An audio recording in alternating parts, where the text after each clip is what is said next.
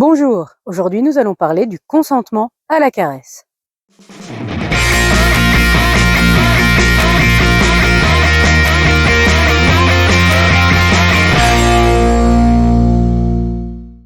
Je vais peut-être vous surprendre et certainement pas me faire que des amis, mais non, les chiens ne sont pas des peluches qui ne rêveraient que d'être caressés par les humains. Ils ont un cerveau, ils ressentent exactement les mêmes émotions que nous et du coup ils sont parfaitement capables de prendre des décisions et de poser des choix et donc d'être ou pas consentants face à une interaction qu'on leur propose. Objectivement, on ne peut pas partir du principe qu'à chaque fois que nous on a envie de les caresser, eux ils ont envie d'être caressés. Comme entre humains, un câlin consenti est vécu comme une agression, un moment désagréable et inconfortable. En aucun cas, ça ne permet de témoigner à l'autre son amour ou ça ne permet de resserrer les liens entre les individus d'un même groupe. C'est pourquoi il est vraiment essentiel de s'assurer que notre chien est consentant dans toutes les interactions qu'on lui propose, mais simplement pour s'assurer qu'il y prend également du plaisir. Il faut bien comprendre que nous, les humains, on est des primates, donc on a des mains. On a des mains et on adore s'en servir pour toucher, pour tripoter, etc. Et plus particulièrement quand ça a des poils et que c'est tout doux. Le chien, lui, n'est pas un primate, il n'a pas de main. Donc, dans son éthogramme, le câlin, le bisou, la caresse, ce ne sont pas des choses qui y sont inscrites. C'est un comportement qui peut être appris à force d'être en contact avec des humains. Ce qui veut dire quoi? Simplement qu'il va y avoir des chiens qui vont apprécier la caresse et il y a des chiens qui ne l'apprécieront pas du tout ou qui l'apprécieront rarement dans certaines situations bien définies et contrôlées. Le test de consentement, qu'on expliquera juste après, permet d'éviter les situations suivantes.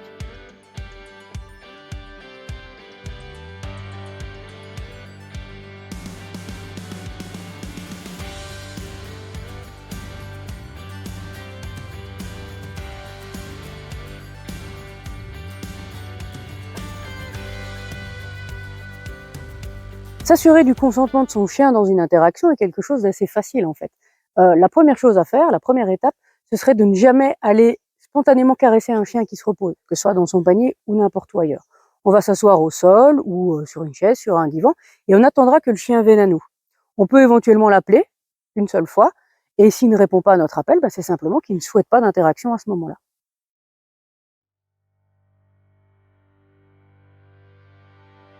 Ici, on peut remarquer que quand je m'assieds sans appeler le chien, il ne vient pas spontanément vers moi. Pire même, il se gratte, c'est un signal d'apaisement, une façon pour lui d'avoir l'air occupé à autre chose. Il va se détourner et se lever pour s'en aller. Clairement, il ne souhaite pas avoir d'interaction avec moi. En revanche, cette fois-ci, on voit que quand je m'assieds, le chien se lève, vient vers moi et cherche le contact. Il est OK pour avoir une interaction. La deuxième étape n'est pas beaucoup plus compliquée que la première, en fait. Tout simplement, on peut tendre notre main à notre chien et venir voir s'il vient chercher la main et voir quelle partie de son corps il nous présente.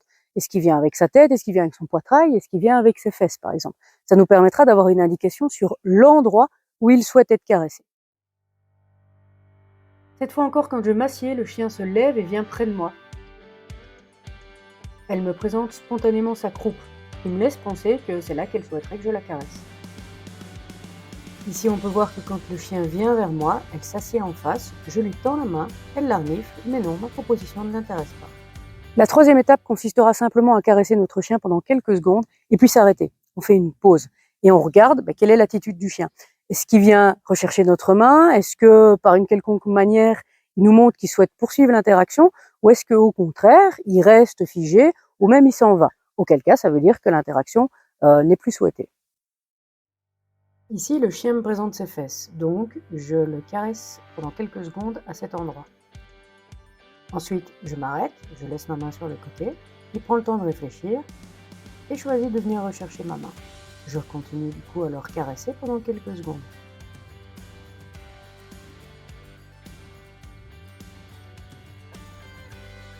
J'arrête à nouveau, je lui repropose et il vient rechercher ma main. Ici, le chien se présente vers moi avec l'avant de son corps, donc je la caresse quelques secondes sur le poitrail. Je m'arrête, elle vient rechercher la main.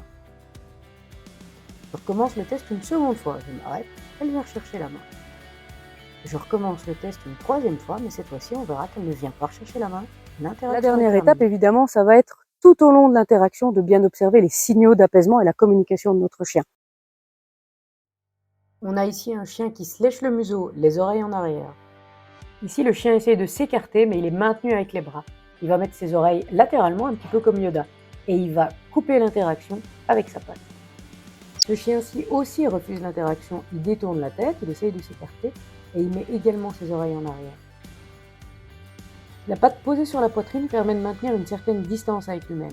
On voit que le chien se lèche énormément le museau et il tourne la tête à plusieurs reprises. La face de ce chien est très tendue, il se lèche le museau et on va voir qu'il déglutit de façon très apparente. Ce chien-ci lèche la petite fille, se lèche, renifle le sol. C'est un signal d'apaisement et une façon pour lui de montrer qu'il est occupé à autre chose.